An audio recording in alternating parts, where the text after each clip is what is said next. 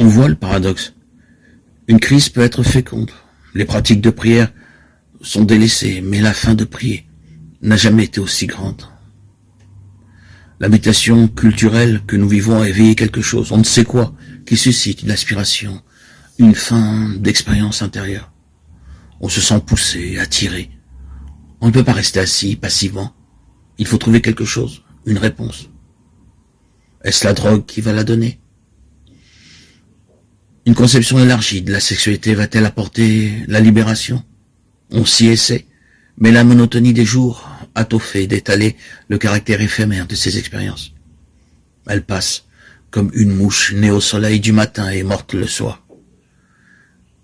Mais la faim demeure, une faim qui ronge de plus en plus. Les jeunes tout spécialement éprouvent cette tentation. Souvent, elle se traduit par une recherche de l'exotique. Chez nous, à leur avis du moins, ils ne trouvent plus de réponse. Alors ils partent. On les reconnaît facilement sur la route. Ils vont à Thésée où ils plantent leur tente et prient spontanément avec les frères, se racontant leur expérience. Car une expérience, ils en ont eu une. Pour la trouver, ils renoncent à beaucoup de choses. D'expérience en expérience, ils progressent, oubliant ce qui est derrière eux. Ils vont toujours de l'avant. Ça et là, en ce monde, des lieux subsistent où la prière est tout. Il y a encore des hommes qui prient comme ils respirent. Celui qui a peiné sous le soleil brûlant du mont Athos n'oubliera plus jamais certains moines qu'il a pu y rencontrer, hommes de prière.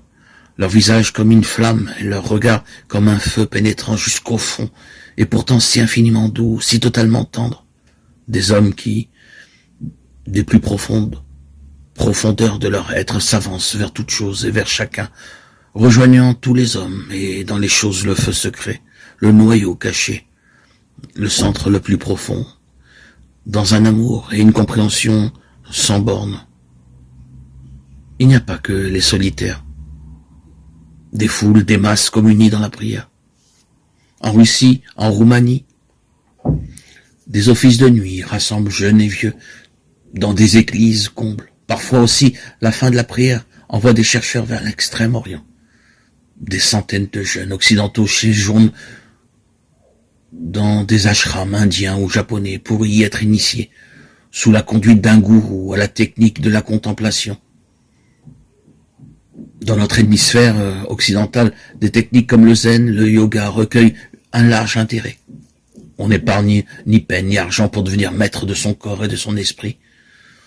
On veut se libérer pour accueillir l'expérience spirituelle. Ces techniques sont bel et bien une forme d'ascèse qui vise à détourner l'attention du superficiel et de l'inutile pour la concentrer sur le noyau des choses. D'abord et avant tout sur le noyau le plus profond de l'homme lui-même.